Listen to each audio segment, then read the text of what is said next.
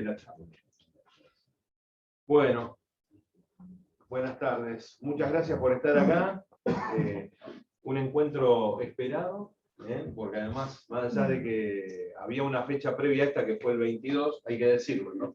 Es el día del veterano de guerra graduado de UTN, fecha que fue instaurada este año por decreto del rectorado de la facultad. Entonces, la fecha en la cual logramos coincidir fue esta que nos permitió una semana después contar con los muchachos. Yo, en principio, más allá de que dicho encuentro tiene un título que es Nuestros héroes en primera persona, que son Ellos Hoy Aquí, y Dante Macaroni, a quien vamos a anunciar luego, que lo vamos a tener en pantalla, que está radicado en Bahía Blanca y ha enviado un video justamente para ser parte también del encuentro de hoy, en el homenaje de la UTN a nuestros graduados veteranos de guerra de Malvinas. Bueno, los voy a presentar. Acá tenemos al ingeniero mecánico Alberto D'Angelo, al licenciado en Organización Industrial Juan Santillán, al ingeniero mecánico Javier Liguori y licenciado en Organización Industrial Dante Macaroni, que tendremos en pantalla. El aplauso para...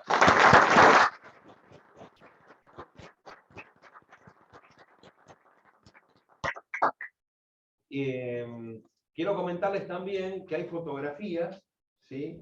El marco fotográfico que nos acompaña es una muestra titulada Paisajes y Cicatrices. Todas fueron tomadas en Malvinas por Diego Arranz y Sergio Sierra, dos fotógrafos profesionales que han hecho ya varios viajes a Malvinas y han tratado de retratar justamente, no solo, y de captar cómo es la imagen, el paisaje de nuestro territorio allí, y sino también traer el reflejo de las huellas que dejó la guerra en 1982. Así es que, bueno, al finalizar la charla, obviamente los que no tuvieron tiempo ahora de ver las fotografías van a poder acercarse y, bueno, inclusive ver el detalle y la lectura. Las fotografías son disparadores también, quizás para la charla que vamos a tener en unos minutos, porque las imágenes transmiten, ¿no?, mensajes y quizás de ellas también podamos tomar algo. Así que gracias a ambos fotógrafos, que no están presentes, pero han dejado también su saludo y su aprecio, porque lo que ellos intentan hacer con el arte de la fotografía es malvinizar, y eso es lo que me transmitieron en un principio. Bueno, agradecer a todos los aquí presentes, a las autoridades, ¿sí? Y ahora le voy a ceder la palabra para que pueda dar la bienvenida al decano de la facultad, el ingeniero José Luis García. Bueno, yo primero agradecerle a ellos que están acá. Saben, los cuatro, ¿no? Pero con ellos tres me veo más seguido. Para aquellos que tenemos la edad en que Malvinas fue un desafío muy grande para la Argentina, saber que ellos son nuestros veteranos y a quienes les estamos eternamente agradecidos en vida por lo que hicieron. Muchos de los que teníamos un par de años más que ellos y vivimos esa época, lo sentíamos muy cerca, y la verdad que después saber lo que hizo nuestra sociedad, y me incluyo, muchos años de silencio, o sea que es una deuda muy grande que tenemos con ustedes. Aquel reencuentro que tuvimos alguna vez, cuando te acercaste y entraste y me dijiste querías hablar, y hablamos, y él me dijo que era un veterano y yo me paré y lo abracé, porque realmente uno lo siente. Recuerdo aquella época y hasta ese error que teníamos muchos que pensábamos que podíamos, ¿no? Entonces creo que ellos son los que pusieron el cuerpo, ellos y su familia, el sufrimiento de los padres, los hermanos, las esposas, los hijos, y muchos. Así que yo creo que como universidad pública le debemos mucho, por eso es un orgullo tenerlos, es un orgullo que vengan siempre. Creo que aún tenemos mucho que hacer, así como están los museos, los centros, dentro también las universidades, en algún caso tenemos, y lo digo así como ejemplo, hay algunas UTN que hasta tienen una cátedra, y sería un lindo desafío que nos pongamos, avanzando un poco más, a que desarrollemos una cátedra de Malvinas adentro. Lo mismo que me parece que deberíamos tener un lugar donde muchas de estas muestras, no digo estas porque estas deben ser originales y tal vez los autoricen, tener algún lugar que sea un ala o un lugar donde estén puestas las fotos de Malvinas. Creo que debemos encontrar un lugar no hay nada mejor que vivirlo día a día. No encontrarnos el 22 o el 29 nada más, porque si bien es un reconocimiento, me parece que es poco, y lo digo así, por los que no estuvimos allá en Malvinas, por lo que ustedes hicieron. Así que, en nombre de la Facultad Regional General Pacheco y en el mío personal, agradecerles de corazón, decirles que tengo ese orgullo de decir que tengo amigos, que nos hemos vuelto a encontrar, y para mí es muy importante saber que ustedes están hoy acá y que tomemos este desafío. No sé cómo, pero propongámonos tener una cátedra que sea una cátedra electiva, vemos como lo tienen otras regionales, veamos de tener un lugar donde Malvinas sea recordado día a día. Creo que es lo mínimo que podemos hacer nosotros por Malvinas y por ustedes, y por su familia. Así que bueno, de mi parte, gracias a los que estaban presentes. Vi algunas caras que creo haberlos cruzado hace años, con algunos me abracé y me da gusto volverlos a ver. Y tal vez tengamos que lograr que esto crezca. Para muchos de los que tenemos entre 62, 63 y un poquitito menos como son ustedes, deberíamos buscar que tengamos más actividad en el tema Malvinas juntos, y no dejarlos a ustedes solos. Así que, de mi parte, de corazón, mil gracias. Gracias. Gracias.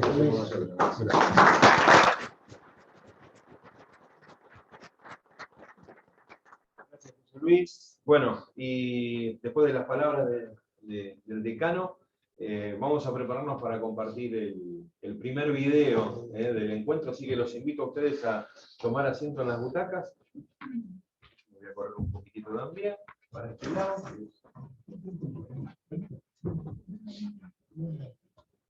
Gracias. Bueno,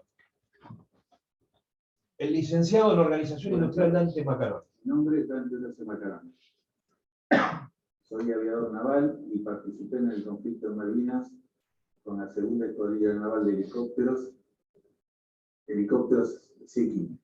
Yo había llegado el año anterior, en el 81, había poca disponibilidad de helicópteros, así que no había logrado tener mi plena capacidad como copiloto en la búsqueda de submarinos.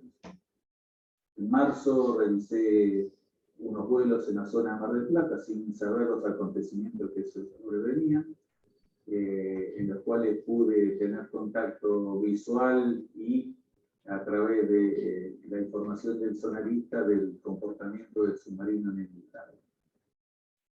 Bueno, algunas consideraciones generales. La escuadrilla de helicópteros, como dije, participó del 2 de abril hasta la caída de Puerto Argentino el 14 de junio y un poco más. O sea que yo tuve la oportunidad y el honor de haber estado desde el primer día, el 2 de abril, hasta la caída del 14 de junio. Y tenía miedo.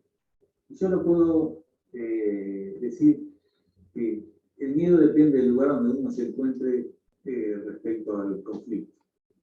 El personal que se encontraba a lo largo del litoral marítimo y custodiando la frontera con Chile tenía miedo, pero no el mismo miedo que podía tener uno en Puerto Argentino, principalmente después del 1 de mayo cuando empezaron a caer las bombas. Entonces, se ve que este era un miedo potencial que tenía la gente que estaba en el continente, sobre algún posible ataque aéreo británico o algún desembarco que era muy remoto que se podrá producir.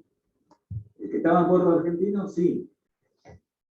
Antes del 1 de mayo tenían miedo potencial, que no creían que los ingleses iban a llegar. Fue el 1 de mayo cuando el Hurricane empieza a tirar bombas sobre la pista de Puerto Argentino, o unos días después, donde los buques ingleses bombardean las posiciones argentinas en los alrededores de Puerto Argentino. Bueno, ahí el miedo ya se apodera un poco más de las personas. En mi caso, convengamos que yo había estado adiestrado no para el miedo, porque el miedo siempre se sufre, pero siempre había estado en lugares donde se podía producir alguna contingencia. El mismo hecho de volar ya es un hecho que trae aparejada un riesgo de vida por el lugar donde uno se mueve, en el aire, las piezas mecánicas que que están en el helicóptero, que son muchas, que algunas se pueden producir, y la otra que nosotros operábamos normalmente a más de 200 kilómetros mar adentro, sin tener ningún apoyo de algún buque que nos pueda ir a rescatar inmediatamente en caso de que el helicóptero se caiga al mar. El momento más crítico fue cuando estábamos en el portaaviones 25 de mayo, donde estábamos bajo amenaza submarina, y bueno, aparte después del hundimiento del crucero Belgrano, sabíamos que en cualquier momento algún torpedo nos podía tocar. Posteriormente yo seguí mi vida en la Armada, volando helicópteros Citín, participando en campañas antárticas, y en el año 2000 inicié mi carrera universitaria en la UTN de Río Grande. Estudié 3 años ahí y terminé el 4º año en la regional General Pacheco, recibiéndome de licenciado en organización industrial. Fue para mí un gusto haber participado en el conflicto de Malvinas defendiendo la paz. Muchas gracias.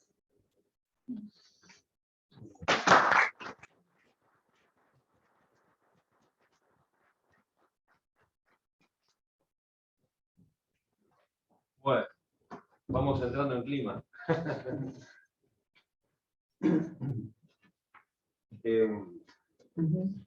Primero que les preguntaría es, puede escucharlo, ¿no? A Dante. Me imagino que para los que no estuvimos en Malvinas, el relato debe disparar recuerdos también, ¿no? O les deben las fechas, el lugar, la situación. Para empezar, ¿qué les motivó por ahí también escucharlo a Dante, su experiencia, ¿no? Volando helicópteros en este caso? Porque la de ustedes fue distinta. Sí, yo estuve en el portaaviones, ellos estuvieron en el ejército.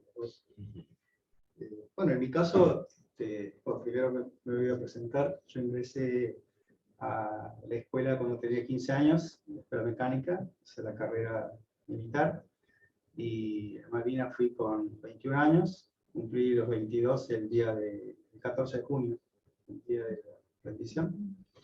Y bueno, como dijo Dante, nosotros permanentemente estábamos en un riesgo potencial de ataque submarino, porque generalmente lo que se ataca primero es las naves más importantes, y nosotros éramos la nave insignia. Le tocó el crucero, que era el segundo en importancia de la flota de mar, y bueno, eso también hizo que parte de la estrategia de guerra se cambiara, la guerra naval, ¿no? Iba a suceder un día antes. No sucedió porque, no sé, una señal de Dios, ese día no hubo viento, entonces los aviones no pudieron despegar del portaaviones porque necesitan del viento en contra, con todas las máquinas de la nave enfrentando el viento, más la potencia de los aviones, más la catapulta para poder despegar. Necesitaban un viento adicional en contra. Y ese día no hubo viento. Entonces, por eso que ese día no se produjo la guerra naval que estaba planificada justamente con el crucero y los 2 destructores que estaban de custodia en la zona sur, cubriendo, ¿no?, la espalda también con nuestros vecinos chilenos. No era casualidad que estén ubicados en esa zona. Y bueno, el crucero fue atacado a las 4 de la tarde fuera de la zona de exclusión que habían marcado ellos.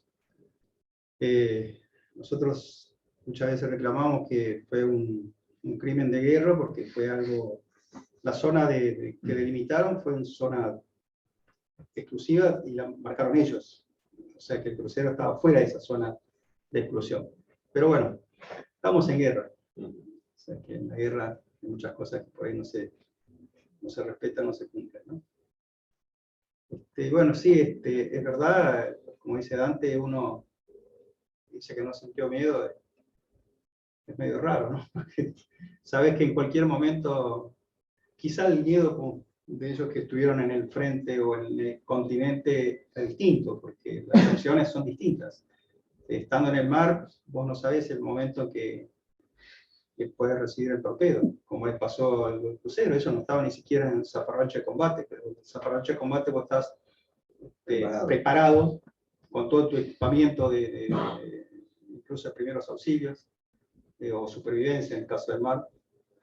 Y por eso que fue atacado, y también el horario, ¿no?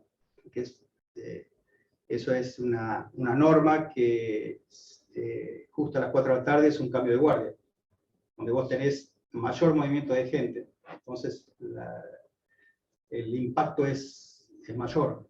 Entonces, todo fue planificado para que ocurriera de esa manera, y bueno, es lo que ocasionó el hundimiento de la nave, porque los torpedos pegaron en la zona que tenían que pegar. Y en ese momento, ¿cómo llega la noticia al portaaviones? ¿A qué distancia estaban ustedes? No, nosotros estábamos en el extremo sur. Nosotros teníamos otra ubicación, iba a ser un ataque en pinza, se llamaba. Ellos estaban en la zona donde lo hundieron, más cerca de Chile. Está la posibilidad de que las naves enemigas se fueran al Pacífico, por ese lado, con el apoyo de nuestros vecinos. Sí. Nosotros estábamos del otro extremo, y bueno, y había naves que iban a salir, aviones que iban a salir de Río Gallegos, Ushuaia, Río Grande. O sea, estaba todo planificado para el día anterior. Después, bueno, todo eso se abortó por el hundimiento del crucero. Por nosotros, bueno, hicimos un repliegue. Exactamente no recuerdo la zona, pero estuvimos navegando no fuera, sino con menor riesgo de ser atacados por un submarino, pero ataques de zafarrancho de combate en forma permanente, como mencionaba nuestro compañero. Sí. Bueno, es más o menos una introducción para ir después avanzando.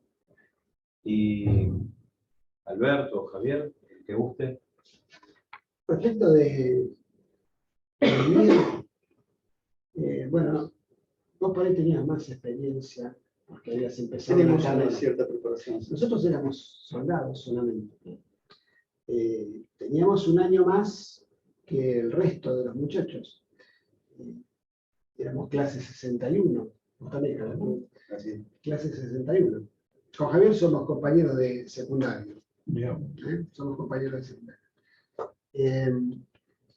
Y bueno, la preparación que teníamos era muy relativa, con lo cual el no conocer en profundidad los riesgos hace que a algunos el temor se le pueda acrecentar, a otros disminuye, ¿no es cierto? Porque no se sabe exactamente con qué uno se va a enfrentar.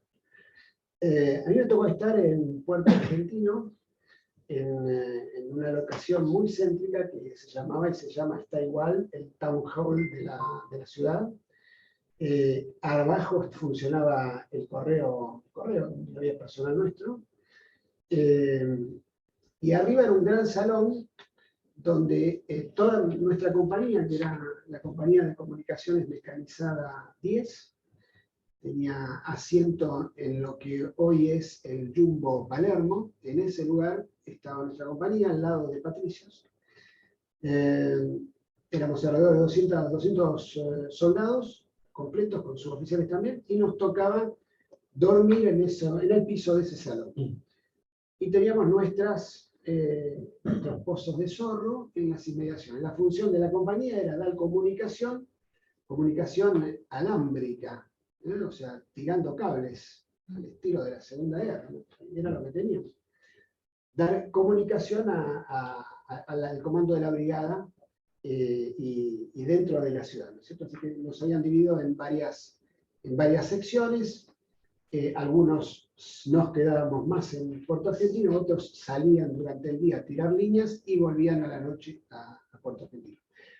Transcurrió todo más o menos normal, hasta el 1 de mayo, ¿no? El 1 de mayo había toda una rutina, una tensa espera. Nosotros, al estar en comunicaciones, escuchábamos la radio Carver de Uruguay, calculo que ya no está más, pero se escuchaba mucho, y teníamos versiones que muy divergentes respecto de lo que nosotros veíamos, ¿no? Y nos preocupaba un poco la familia porque era muy divergente la información que circulaba evidentemente por Buenos Aires respecto de lo que realmente pasaba. En mi caso, pudimos hacer algún puente de comunicación con algún radiocomunicador nuestro que pasaba información a las familias, entonces más o menos se iba tranquilizando un poco. Era un soldado que hablaba muy bien inglés, soldado serial, que nunca más lo he visto, y que él hacía todo este puente. Bueno, hasta que llega el 1 de mayo. El 1 de mayo, alrededor de las 4 de la mañana, más o menos, la alarma roja o alerta roja, y todo el mundo, desde su lugar, en nuestro caso, en el salón de la ciudad, a los pozos que habíamos armado, que había que cavar, a esperar el bombardeo. Bueno, el bombardeo vino, lo primero que se veían los aviones que pasaban por el canal, enfrente estaba Javier, pero no lo sabía obviamente, y derecho al aeropuerto a bombardear pistas, los aviones nuestros despegando los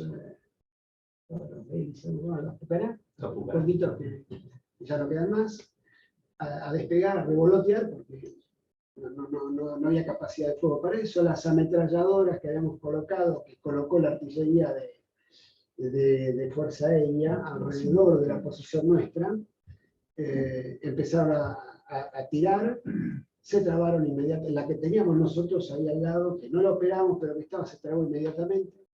Y bueno, ese fue un día de mucho caos, donde si no fue en ese momento, al día siguiente, nosotros mismos, o sea, Argentina mismo, por error, hizo caer un avión nuestro, ¿no es cierto?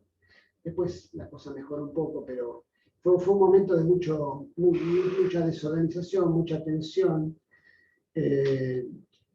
Y bueno, y después se suscitaban los bombardeos, ¿no es cierto? En la ciudad, ¿no?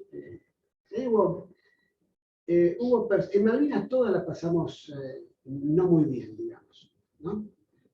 Pero dependía la cercanía que se tenía hacia Puerto Argentino, iba en relación directa al grado de incomodidad o de sufrimiento de la gente, ¿no es cierto? O sea, a mí me tocó un lugar donde, por ejemplo, la pasé mejor que Javier.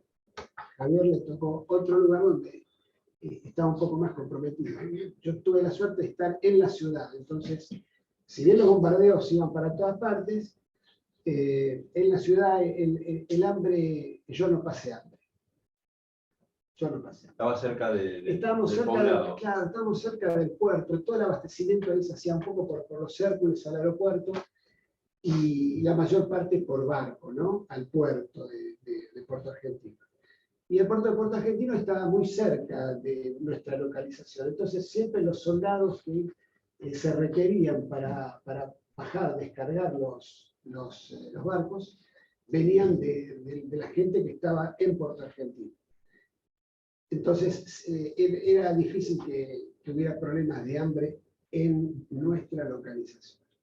Por supuesto, a la noche cambiaba todo, a la noche había que hacer patrullaje de la ciudad, y ahí había francotiradores, era otra la cuestión. Pero bueno, ese fue el día que marcó el quiebre, donde uno estaba más o menos sin saber exactamente cómo venía la cosa, y llegó la guerra. Llegó la guerra el primero de mayo. Bueno. Y Javier, tu lugar ahí ya te marcó la posición. Sí, hay algunas, sí. ¿Vos dónde estabas ubicado? Es más o menos así. Bueno, yo estaba enfrente de Puerto Argentino, en un lugar que se llama la Península de Camber.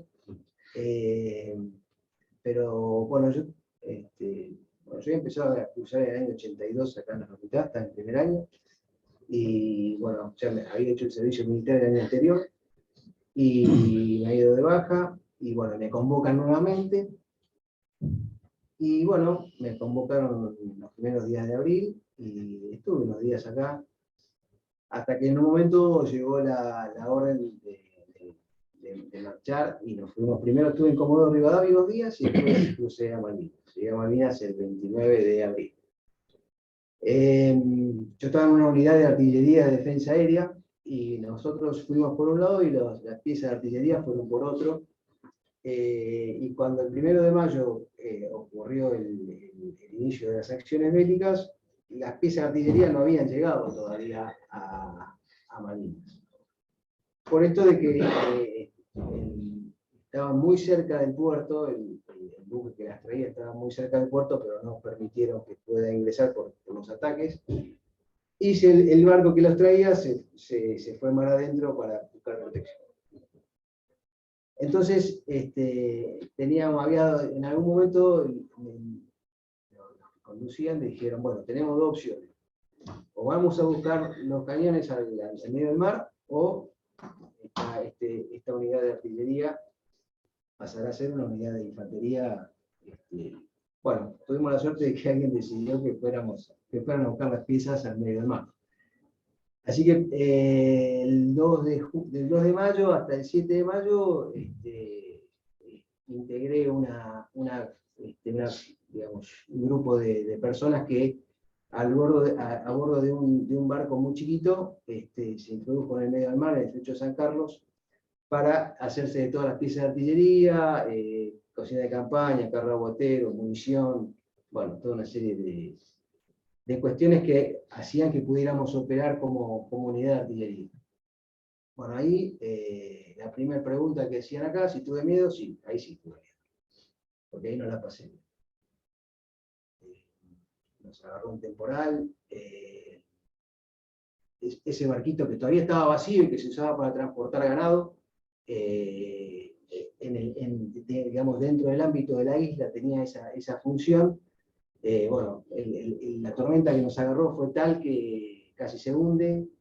Bueno, ahí la mano que está arriba nos ayudó y pudimos zafar y bueno, pudimos hacernos de las piezas de artillería, pudimos hacernos de la munición, de combustible también, para que también se transportara combustible. Bueno, el 7 de mayo más o menos retornamos a Puerto Argentino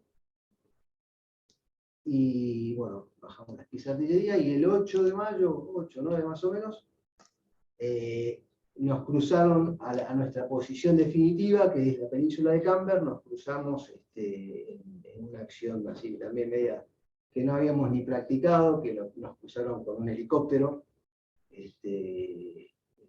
Como una función, una actividad helitransportada que le llamaban. Nosotros no teníamos ni idea de lo que estábamos haciendo, pero bueno, lo hicimos.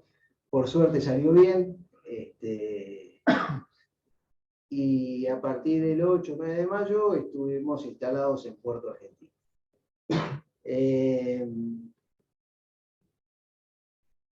Volviendo al tema del miedo, sí, es algo que siempre uno lo tenía ahí latente. Por las noches sistemáticamente había bombardeos, no a la posición que tenía yo,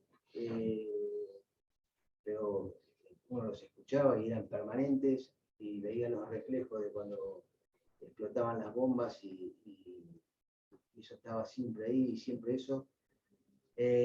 Fueron pasando los días y uno se va acostumbrando a esas cosas, ¿no? Entonces, bueno, sabíamos que a la noche íbamos a ver bombardeos, pero algo del acostumbramiento, ¿no? Y hasta que después empezaban a pasar los aviones muy cerca de las posiciones nuestras y nosotros les tirábamos. Y ahí también tuve miedo, porque los aviones realmente pasaban cerca, y hasta que, bueno, como los aviones vieron que nosotros respondíamos a los pasajes que ellos hicieron, lo que ellos hacían, dejaron de pasar cerca nuestro, pasaban pero muy arriba, cosa de que el tiro, cuando nosotros disparábamos, no llegaba a impactar por la altura que llevaban. Pero bueno, eso sirvió para que tuvieran la posición, digamos, nuestra, ¿no? Más allá de los satélites donde estábamos ubicados. Hasta que, bueno, fueron pasando los días y hasta que, bueno, los ataques se iban acercando cada vez más. Teníamos siempre noticias de los desembarcos, del desembarco de San Carlos, cómo se acercaron a Darwin, cómo fueron avanzando, y esa más allá del boca a boca, más allá de todo lo que se sabía, era algo que se iba transmitiendo.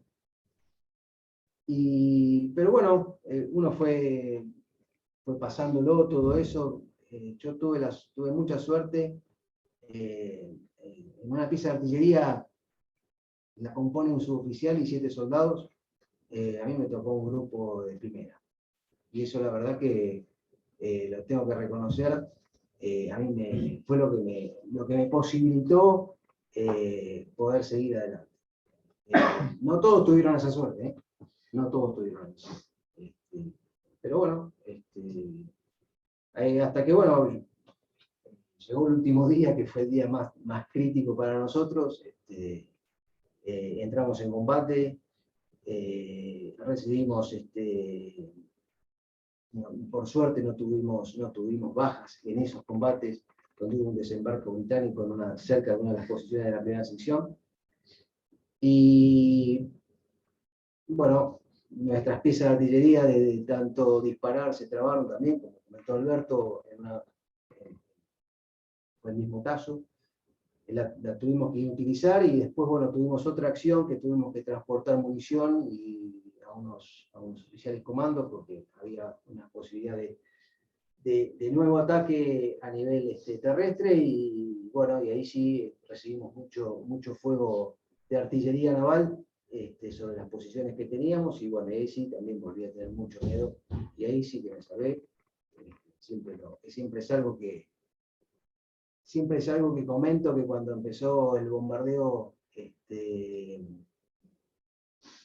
el oficial que estaba con nosotros nos dijo, bueno, que tomáramos posición resguardándonos de lo mejor pudiéramos, ¿no? Y bueno, ahí en el momento ese uno no sabe bien qué hacer. Bueno, trata de hacer lo que mejor puede. Bueno, yo lo que hice fue pedirle a la Virgen que me protegiera en ese momento.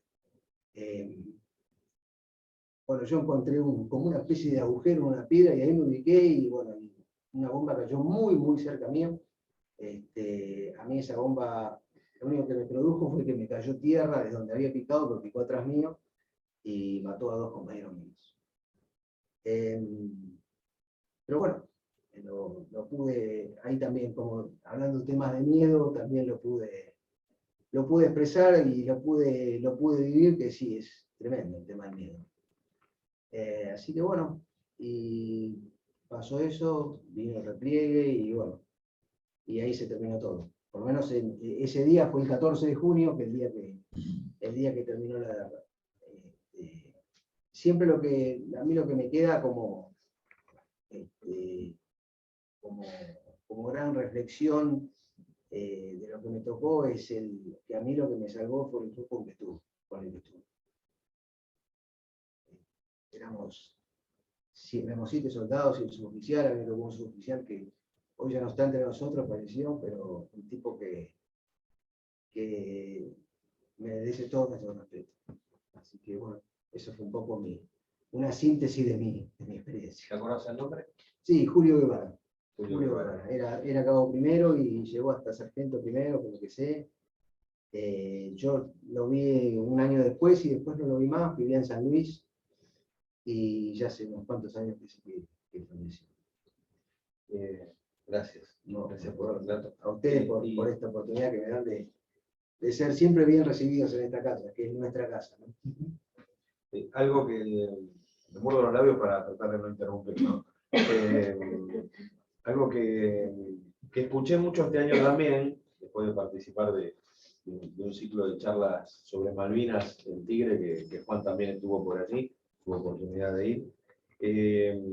Una de las tantas cosas que me vienen a la memoria es, uno es ese dato de referencia sobre el grupo que cada uno integró, cómo se acuerdan los nombres, y de qué forma los mencionan, ¿no?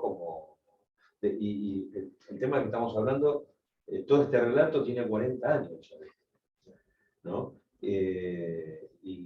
Y cada vez que escucho los testimonios, la sensación es que parece que estuvieron relatando el tiempo presente. Y cómo vuelve eso también a motivarnos de estar presentes y seguir hablando de Malvinas. Lo que pasa, Alberto, lo que sí. pasa, Dani, es que en esas son situaciones límites, ¿no? Sí.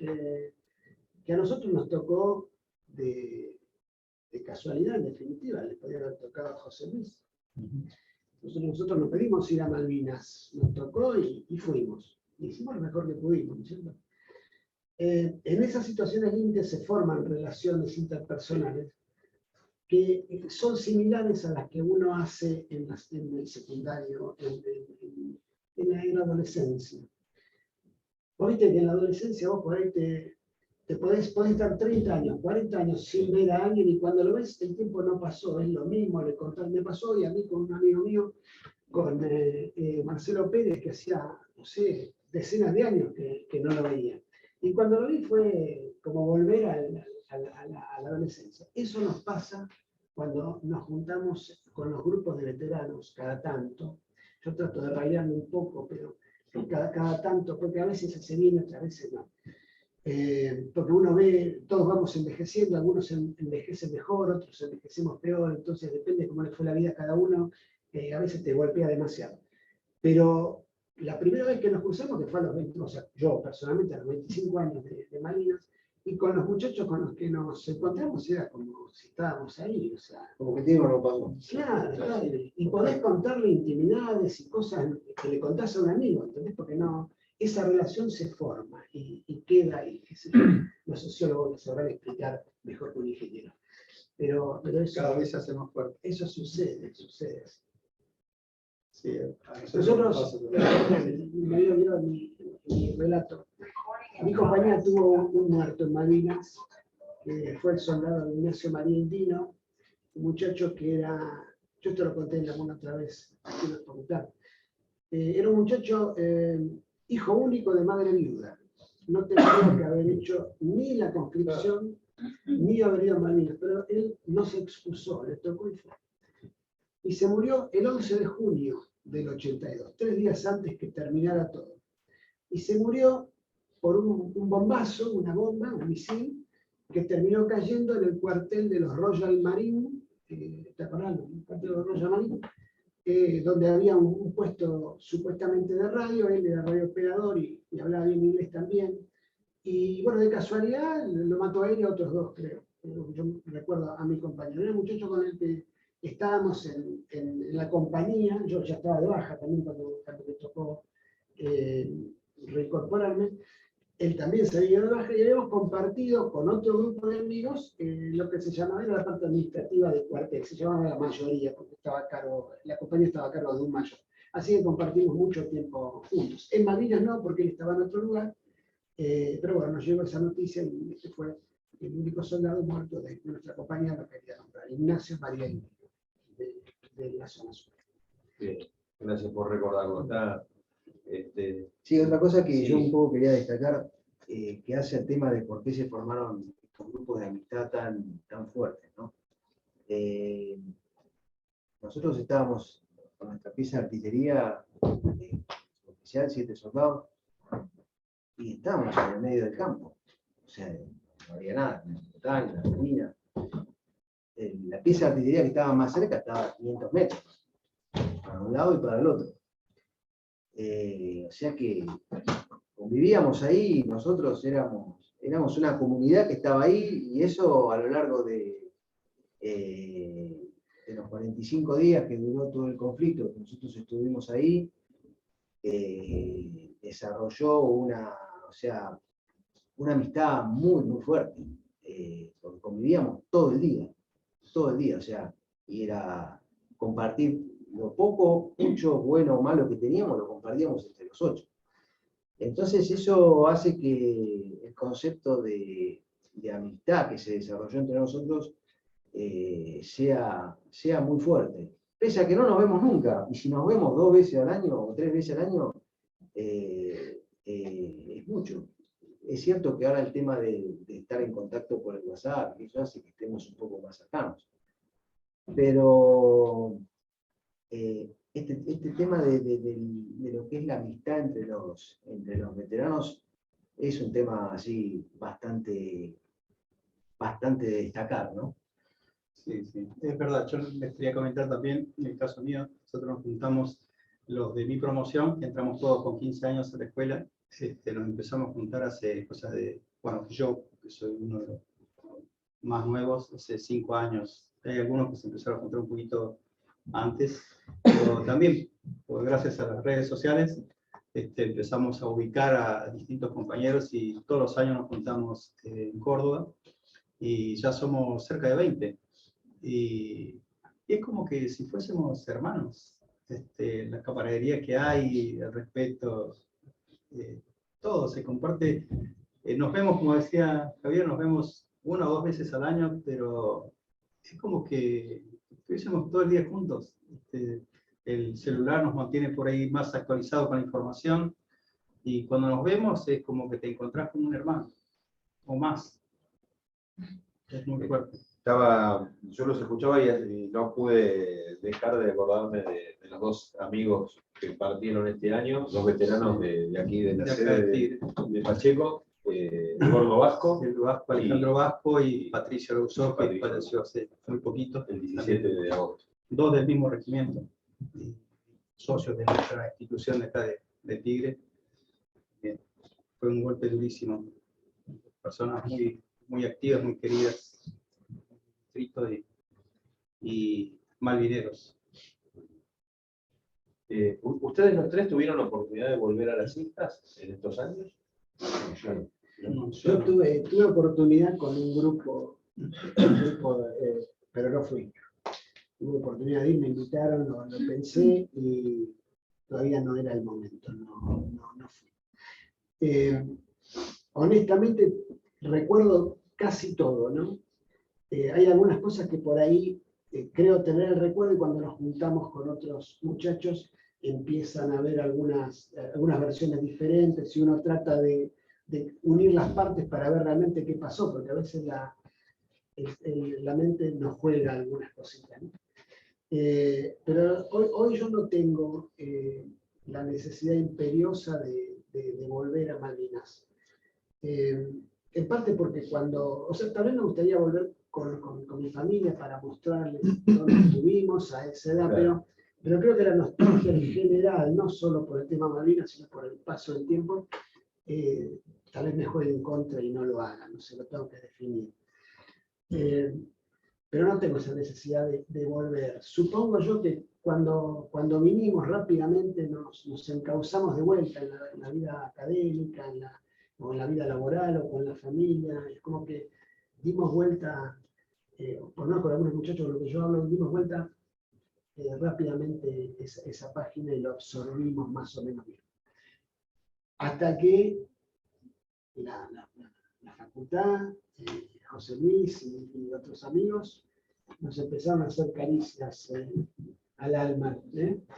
Y bueno, y entonces empezamos a jugar de vuelta el paso del tiempo y los nudos que se te hacen en la garganta y cuando hablas o escuchás o te quebras un poquito, ¿no?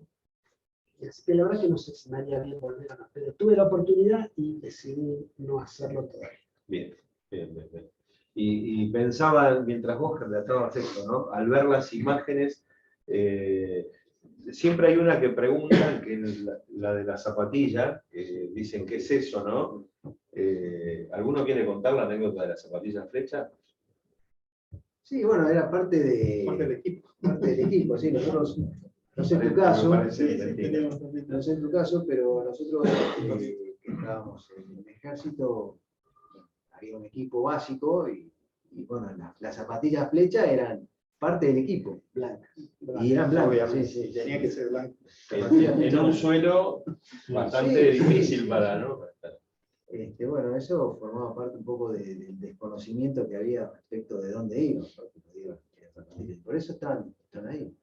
Sí, pero eran fuertes. Zapatillas flecha blancas. Servían para descansar el bolseo cada tanto. El bolseo no lo sacaba. No, porque había que estar preparado por cualquier cosa. Servía con los bolsillos puestos. En la ciudad, en el salón, servía con los bolsillos. También vestido. O sea, Sí. miraba el salón con un chocito que se usa cuando pasan una carta. Claro. No, se dormía de esa manera. Sí, nunca nos sacábamos los bolsillos. Sí, y eso no sé si a vos te ha tocado, pero bañarse en Malvinas, en alguna manera? No, tampoco. No, a ver, mis compañeros sí fueron a bañarse, había uno que se tenía que quedar, y el suboficial me indicó que me tenía que quedar yo, así que me quedé yo. Así que ellos se bañaron una vez en toda la campaña y yo no me bañé. Como para referencia, ¿no? Y así que bueno, sí, fue así. La zapatilla flecha y tal cual. Sí, es parte del equipo. El único regimiento que fue equipado y preparado, creo, de la Armada, por lo menos 25, que ellos estaban en la zona sur, entonces tenían el equipamiento adecuado. El resto de los muchachos, sí, pero bueno, eran los que estaban al frente y los que fueron entrenados durante mucho tiempo en zona casi típica de Malvinas, ¿no? El resto, bueno, fueron muchachos de Corrientes, Sí. no sé, un clima totalmente distinto a Porque se habían elegido dos brigadas. Se habían elegido dos brigadas para ir a Malvinas, por lo menos las que tocó a nosotros, que eran la 10ª y la 3ª. La 10ª tenía asiento en La Plata y se nutría de San Martín, de Buenos Aires, de la zona sur. Y el R3, la 3ª brigada, se nutría de muchachos del interior, de Corrientes y de la zona de Miami. O sea, eso no debía haber sido así, me parece. una improvisación también. En ese aspecto biológico era claro. Cuando fuimos, yo llegué está todo mezclado lo que yo voy diciendo, ¿no? Pero bueno, Pero se entiende. sale Se así. entiende. Yo llegué entre el 11 y el 14, según el compañero al que le pregunte, entre el 11 y el 14 hemos llegado. También esta compañía llegó en 2 pelotones, ¿no? Uno era el pelotón adelantado. Salimos de acá de Palomar, bueno, del cuartel de Palomar, en Palomar nos dieron ahí el equipamiento y en el avión que fue mi primer vuelo en avión, fue en un avión 707 de acá hasta Río Gallegos. Aviones sin asientos, ¿no? O sea, se sacaban todos los asientos y los soldados con su equipo, el equipo que correspondía, y el fusil descargado apuntando para arriba, sentado en el piso, 3 horas más o menos hasta Río Gallegos.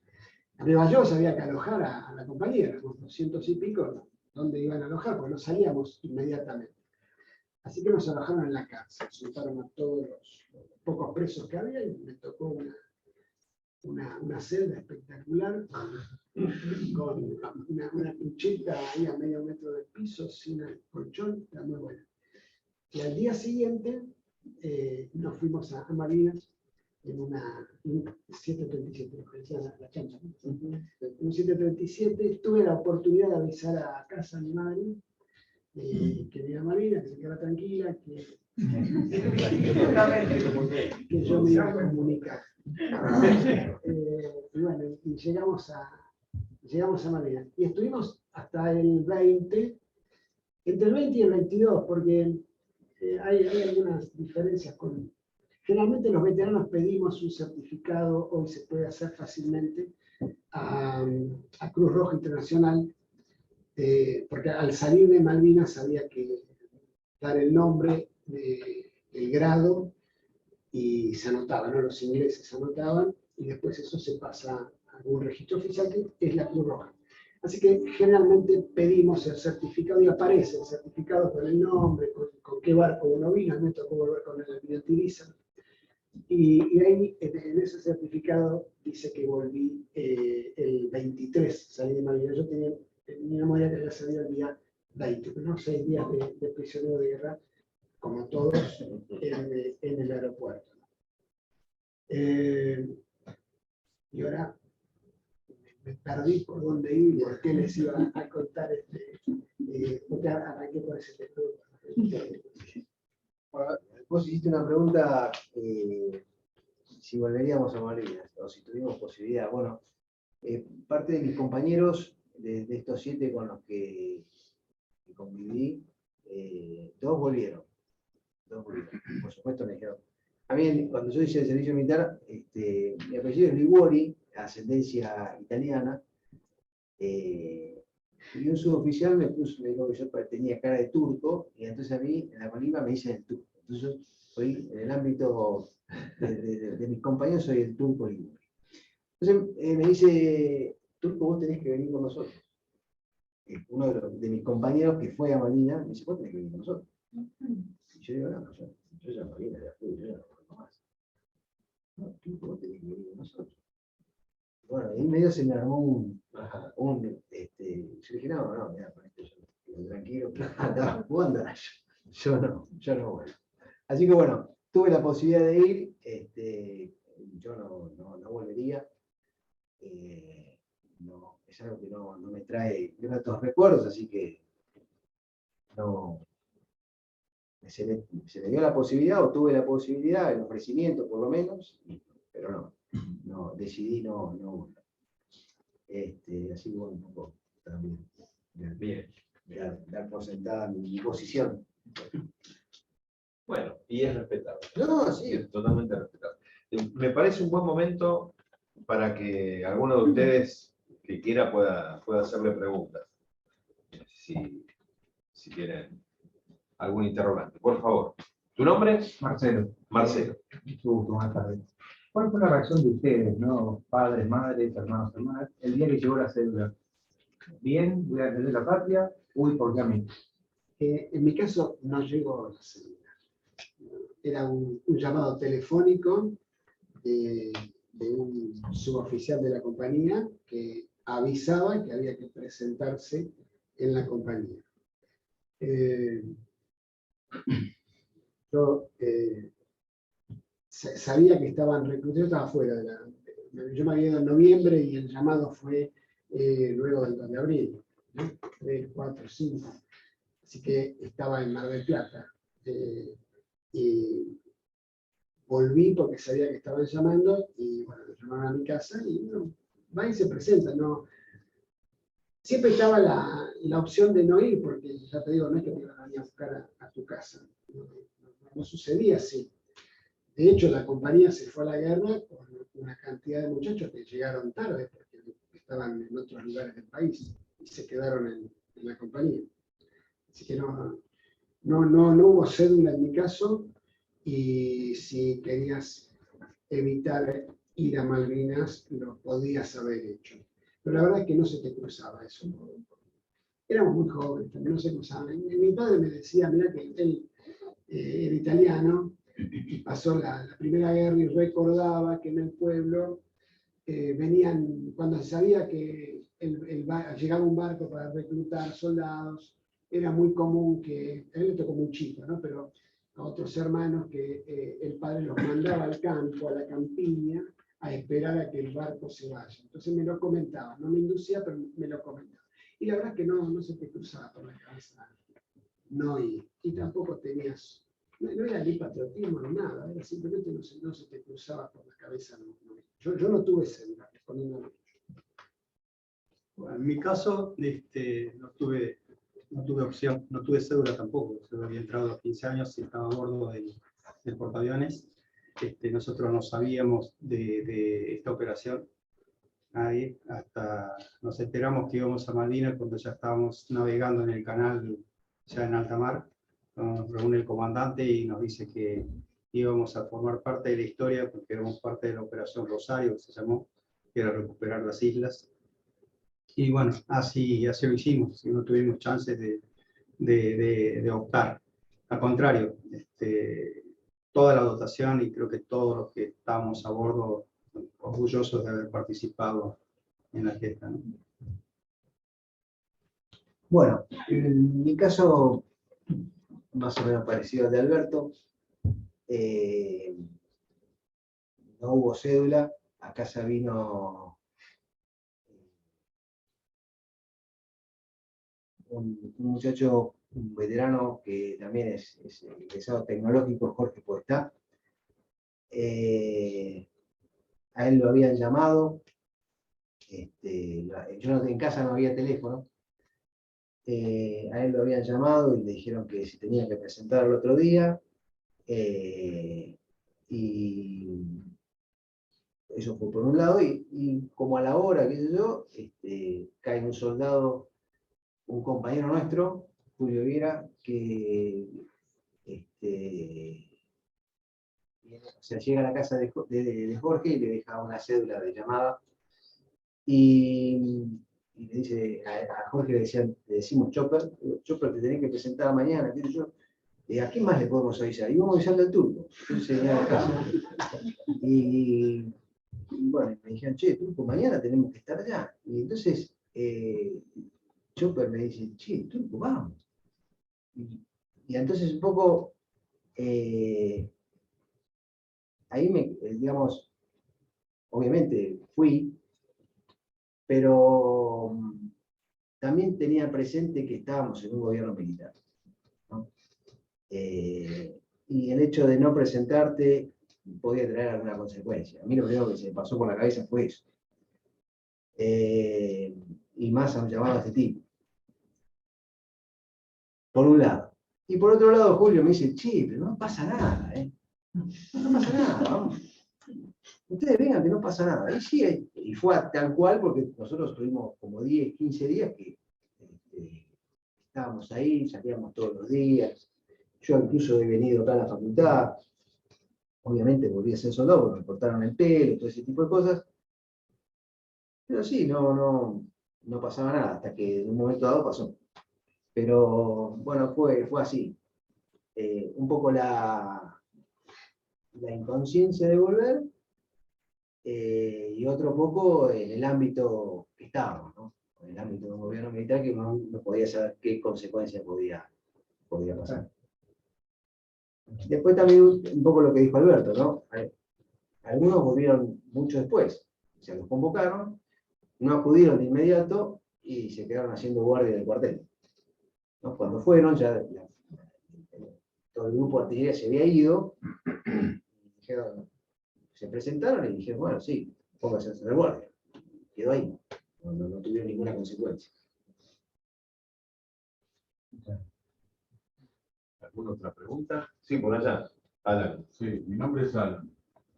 Es para el marino. Es verdad que cuando Capitán decide pegar la vuelta, ¿no? El 25 de mayo, la mayoría de los oficiales o suboficiales le pedían que no. ¿Se sabe algo de eso? Pegar la vuelta. Sí. Nosotros pegamos la vuelta cuando terminaron las acciones.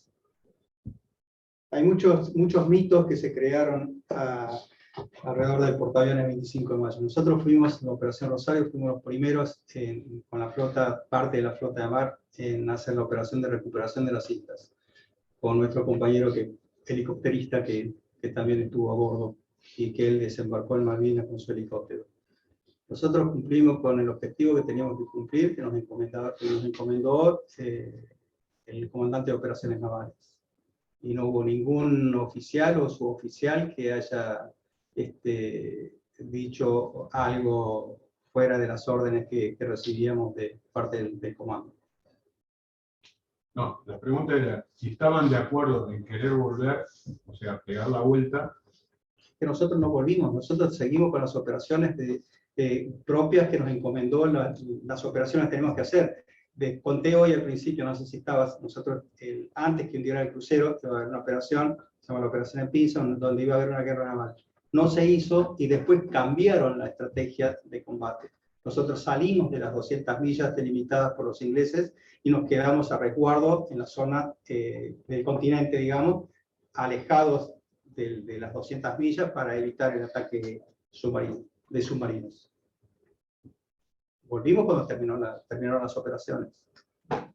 Hay mucha información que está por ahí, se creó como un mito, porque incluso si vos ves en las fotos que hay por ahí, en ningún momento figura el portaaviones, dónde estuvo ubicado y cuáles fueron las operaciones que hizo. En la base General Belgrano está. Ahí puede ser, no la conozco. Yo estuve en los 3 museos que tienen el BIN-5. Ajá, ahí puede ser que esté en ese. Sí, en muchas no están. Muchas no están. Nosotros en el museo nuestro tenemos cómo fueron las operaciones y el portaaviones no está en ninguna de esos registros. No sé por qué, pero quizás No, de fuera no información que por ahí encuentran. todavía no se ¿No se no se desclasificó? desclasificó, no sé. Pero bueno, éramos la nave insignia, así que Claro. tenía que estar.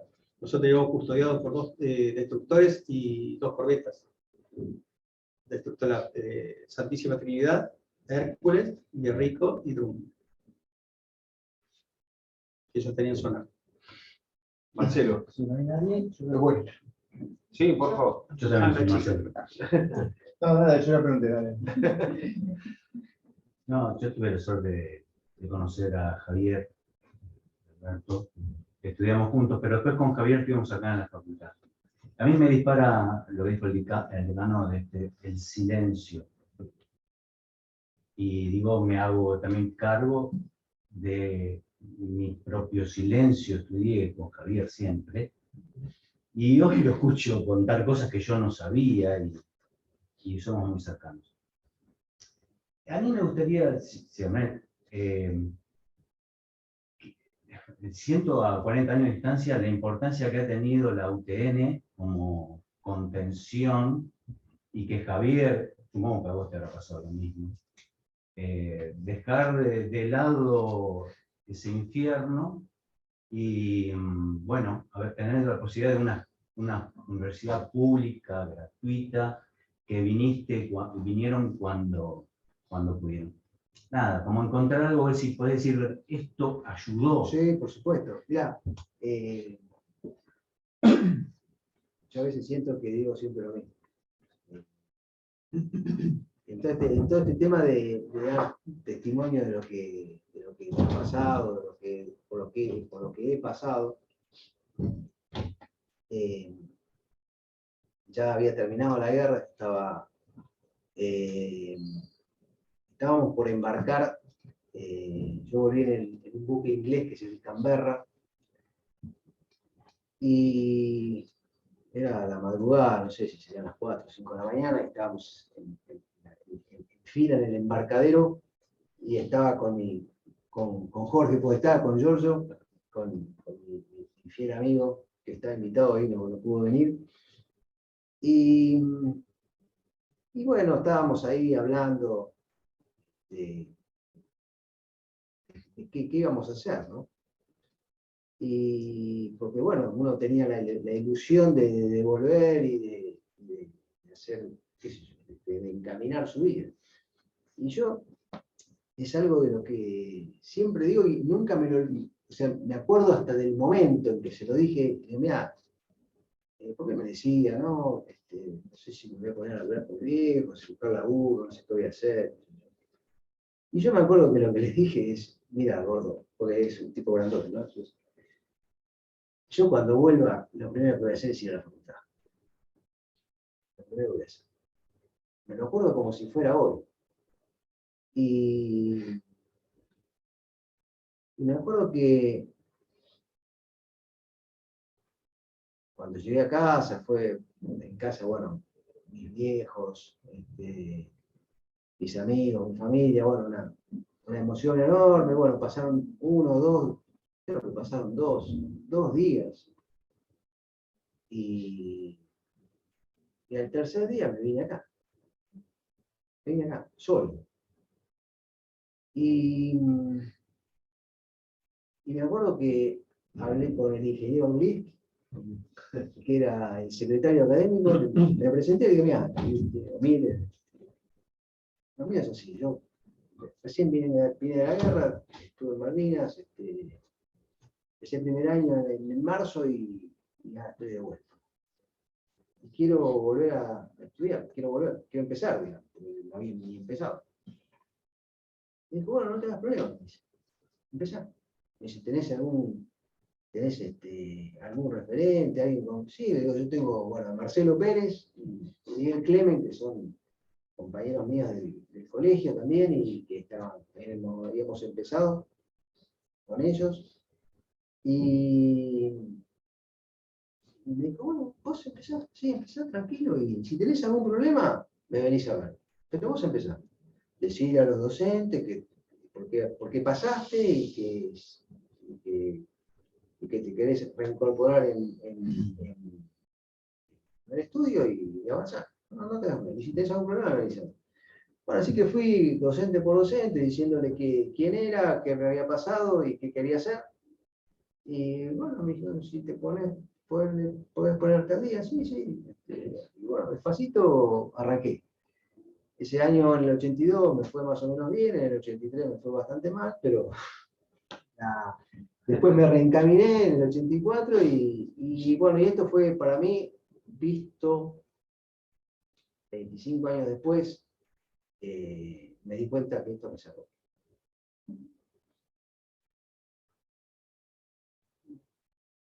Bueno, en mi caso fue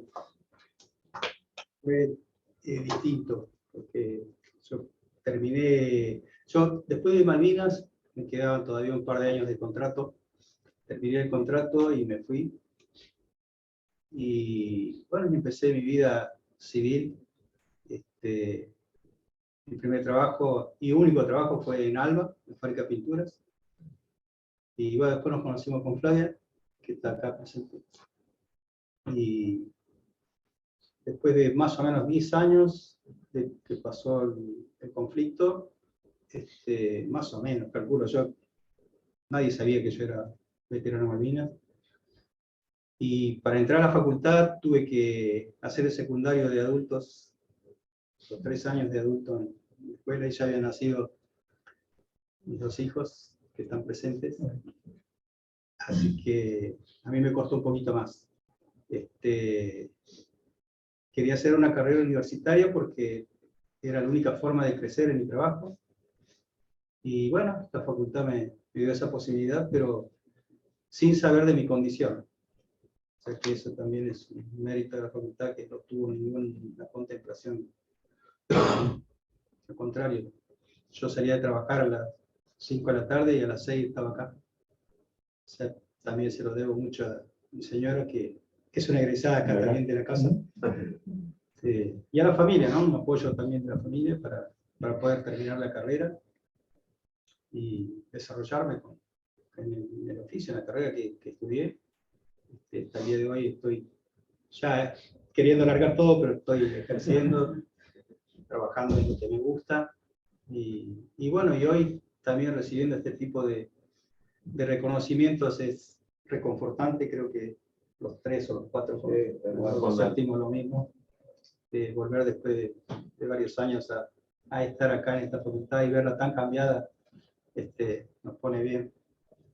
Quiero agradecer a José Luis también, que fue el que me descubrió en un acto que nada que ver con la facultad. Compartimos una reunión de instituciones y ahí se enteró de mi condición de veterano, que nunca lo había dicho. Y bueno, yo formo parte de la institución de acá de Tigre, de los veteranos Malvinas. Fui presidente de la institución y ahora estoy en la comisión también directiva, así que tenemos un compañero tuyo que es Danito Ricci, también estuvo con... Está recuperando. En Malvinas estuvo con él, también es socio nuestro.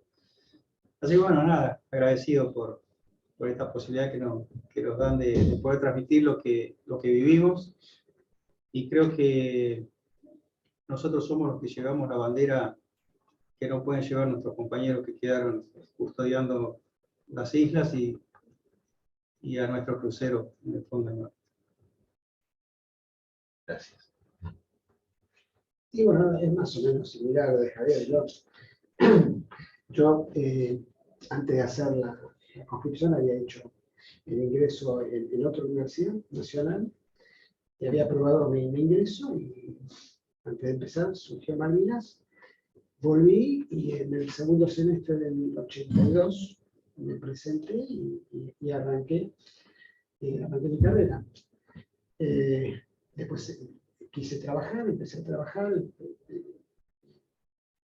entré a una empresa autopartita en ese entonces, que está en Martínez, y en la cual todavía estoy, y ya era mucho viaje, era un trajín diferente, y tenía amigos acá, estaban a Javier, muchos no lo veía aquí en la facultad. Pero había otros compañeros que sí que me decían, mira, además ya en esa época estaba el ingeniero Ricciolini, que también era docente de Juan Segundo Fernández, en el Colegio Don Bosco, donde ingresamos nosotros, y la tenía como referencia, así que vine a informarme cómo era para el pase, presenté las equivalencias, salieron muy bien y arranqué en el 84, 85, ¿no? Fue 85. La facultad obviamente me recibió, ya habían pasado unos años, ¿no? Han pasado casi 2 años más o menos de Malvinas. Los compañeros me recibieron muy bien, la facultad, que como dice acá Juan, era otra cosa. Era otra cosa, teníamos anexos por todos lados y no, lo que ha crecido esta universidad. Yo, habían pasado más de 20, bueno, fue en el 2017, José Luis, que vos nos invitaste aquí, en los 35 años. Yo no había vuelto a entrar a esta casa, no había vuelto a entrar, pasé por afuera, no había vuelto a entrar. Y es el asombro, el orgullo y la nostalgia que da volver a la casa de estudios y verla como lo que es hoy, es un orgullo y es una gran alegría. Así que me recibieron muy bien y terminé mi carrera acá, después hice 2 posgrados en Medrano, y agradecido como siempre a lo que aquí se aprendió, que me sirvió en mi carrera profesional, y a la gente que hace la UTN, que es otra facultad, ¿no? Es otra facultad. Es ese valor agregado que tiene la UTN, que el otro día lo comentaba un poco el rector, donde, entre comillas, nuestra facultad sacó 3 o 4 primeros premios de mejores promedios en diversas disciplinas de la facultad, de carreras. Lo cual cuando nombraban así de la regional Pacheco y acá José Luis se paraba y lo abrazaban los muchachos, era un orgullo indescriptible. El CCK, que es donde se hizo este dato. Bueno, el rector también hacía hincapié en el valor agregado que tiene la UTN como universidad pública y cómo es la gente aquí. Así que un orgullo y gracias hoy a la UTN en la persona de José Luis. Que cuando yo estudiaba, José Luis tiene 1 año más que yo. Y nunca compartimos aula, pero nos veíamos obviamente en todos los recreos. Y alguna vez me dio un curso, si no me equivoco, mira, vamos a deschavarnos, un curso, si no era Excel, era algo parecido, ahí, procesador de texto, algo parecido, arrancaba leyendo. Han pasado muchos años. Muchos Excel por ahí. Por ahí anda Adrián, ¿no? Las locuras que hicimos alguna vez. Con Adrián, locuras que hicimos. Bueno, los invito ahora a tomar asiento de nuevo ahí, porque vamos a recordar el video que se hizo en abril, con motivo del 2 de abril y los 40 años de Malvinas, donde ellos también participan junto a Dan.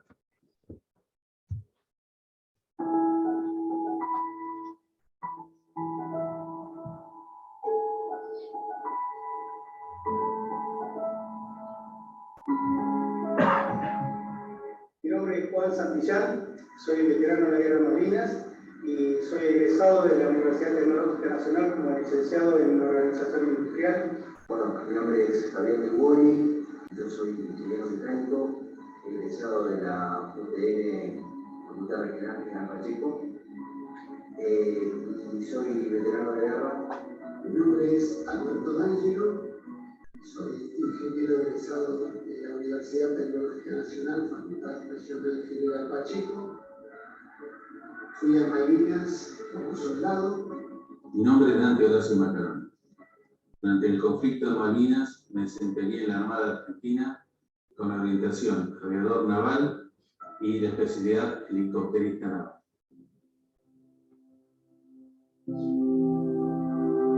Cuando llegamos a Malvinas, tuvimos bastante tiempo, casi un mes, sin hacer prácticamente nada. Nosotros dormíamos en un salón, el salón de la ciudad, llamado Town Hall, que está igual a como estaba en ese entonces. Dormíamos en el piso, 200 soldados aproximadamente de la compañía de comunicaciones mecanizadas. La guerra no aparecía, no llegaba. En la madrugada del 1 de mayo, muy temprano, nos despiertan, alerta roja, comenzó el bombardeo del aeropuerto. Nosotros estábamos en una construcción, así que teníamos que bajar, irnos. Fuimos cada uno en grupo al pozo de Zorro que habíamos construido antes. Había empezado la guerra. Particularmente lo que más recuerdo es el inicio de nuestra navegación, el 28 de marzo, que salimos rumbo a Malvinas a recuperar nuestras islas, sin saber que íbamos a ese hecho tan histórico que quedó luego grabado. El 28 de marzo, desde la base naval Puerto Belgrano, a bordo de Prompellidos Ara Ibiza, llegando a las islas el 2 de abril. El helicóptero 231, la 0734, fue la primera aeronave en aterrizar en las Islas Malvinas. Una vez que, bueno, se pertenecía a un grupo de artillería, cuando llegamos a Malvinas, esa artillería no estaba, así que tuvimos que ir a una expedición a alta mar a recuperarlas. Pertenecía a bordo de un barco que se llama Monzune, que estaba rescatado en Malvinas. Y bueno, fue una expedición de 6 días con muchos problemas, pero que Dios la pudimos llevar adelante. Lo segundo es la camaradería. Toda la camaradería que se compartió y se convivió durante todo el conflicto, esa es la cosa que más me han quedado de la guerra.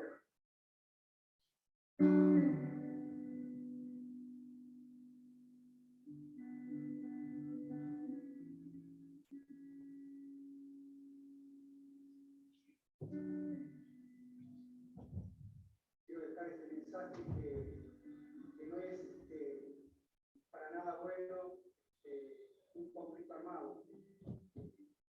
No resuelve ningún conflicto, al contrario, genera daño. Bueno, lo que quisiera en estos 40 años es llevar un mensaje de paz a todo el mundo, particularmente lo que estamos viviendo en este momento. Bueno, conmemorar también el 30 aniversario de la gesta y rendir un homenaje a nuestros compañeros que llegaron junto a Leandro. Quiero enviar un especial saludo a todos aquellos tecnólogos que participaron en el conflicto del Atlántico Sur. Muy bien por ellos y por todo lo que dejaron su vida en nuestro territorio. Transcurrido el tiempo, la guerra no conduce a la solución de conflictos, solamente el diálogo y las buenas intenciones del diálogo pueden ser arribar a una solución para este conflicto y para la guerra no conduce a nada. El enfrentamiento bélico es algo que el hombre tiene que entender y realizar. Estamos rememorando hoy lo que está pasando en Ucrania. Bueno, solo que lo vivió no hace cambio.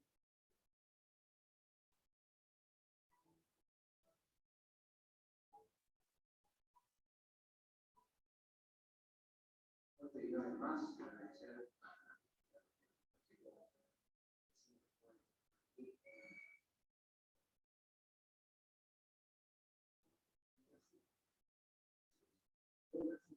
cuando volvimos, un tiempo para estudiar, para recibirnos, para ser una mejor persona.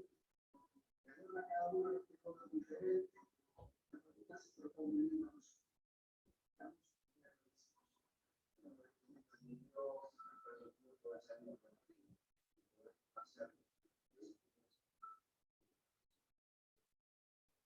Estamos un lugar de convención, una posibilidad de reinsertarnos en la sociedad después del conflicto vivido y formar profesionales.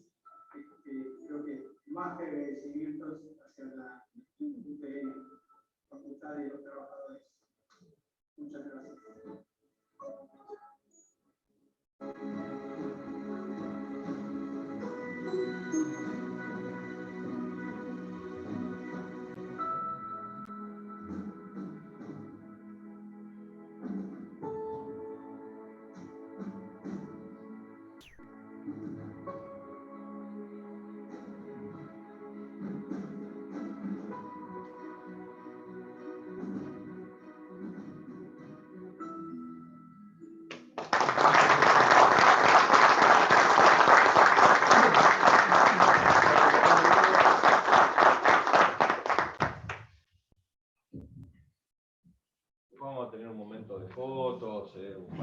¿no? Para poder hacer la gran foto grupal. Pero antes, para el cierre, voy a invitar al secretario de Cultura. No, está excelente. Y extensiones, por favor. No, simplemente es fácil. No, bueno, simplemente agradecerles.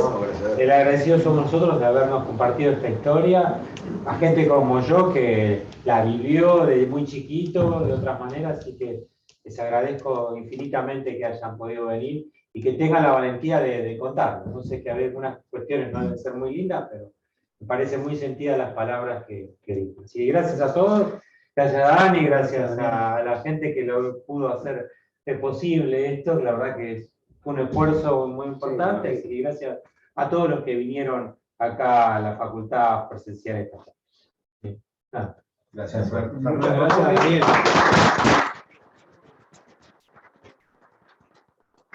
Augusto, la lista, Adrián García, Nacho, Yamila y Caro de comunicación trabajaron un montón. Marce Lopardo también, que bueno, le pedimos de todo. Está bien. Y ahora viene el momento de entregar los presentes, porque dicho sea de paso, te voy a tener el abrigo. Así José Luis y Fernando le entregan los presentes. Un orgullo acá. El delante lo tenemos guardado para cuando él venga a Buenos Aires. Bueno, como nos olvidamos del agua en la mesa, van a recibir un presente que va a venir bien fácil. Bueno, muchas gracias. Gracias. Unos mil recuerdos para este día. Vamos, por favor, muchísimas gracias.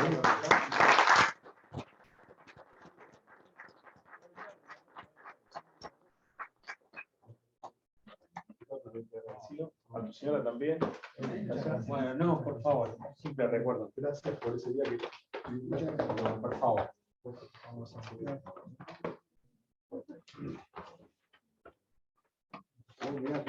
Los presentes vienen de Mendoza y están hechos por veteranos de guerra que han comenzado a producir vinos.